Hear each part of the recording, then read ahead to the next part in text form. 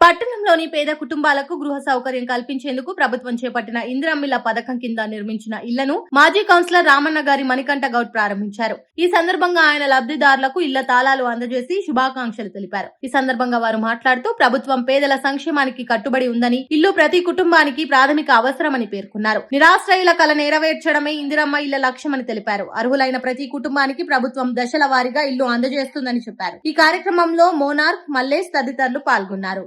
వార్డులో ఒక ఇందిరమ్మ ఇల్లు లబ్ధిదారులు చెలిమే సుభద్ర, ఇది చెలిమే మల్లేష్ గారు వాళ్ళు కంప్లీట్ చేసుకున్నారు ఇందిరమ్మ ఇల్లు.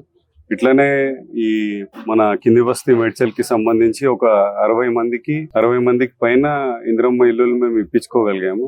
ఇంకా కూడా ఎవరైనా పాత ఇల్లులు ఇట్లా మట్టి ఇల్లులు కూలిపోయేటట్టున్న పరిస్థితి బాగాలేకపోయినా గానీ వాళ్ళకు కూడా అప్లై చేసి ఇప్పిస్తామని తెలియజేస్తున్నాను.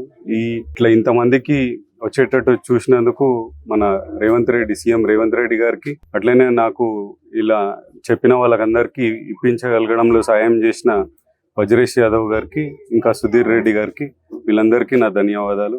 అట్లనే ఈ ప్రభుత్వం అనేది పేదల తరఫున నిలబడాలని నేను కోరుకుంటున్నాను. దాని గురించి మేము అప్లై చేశాము.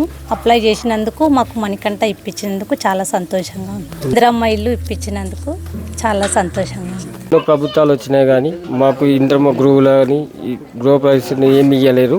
ఇప్పుడు మాకు మణికంఠ గారు ఇందిరమ్మ గృహాలు ఇప్పిస్తున్నారు. మా కాంగ్రెస్ ప్రభుత్వంలో మేము వాళ్ళకు ధన్యవాదాలు తెలుపుతున్నాము.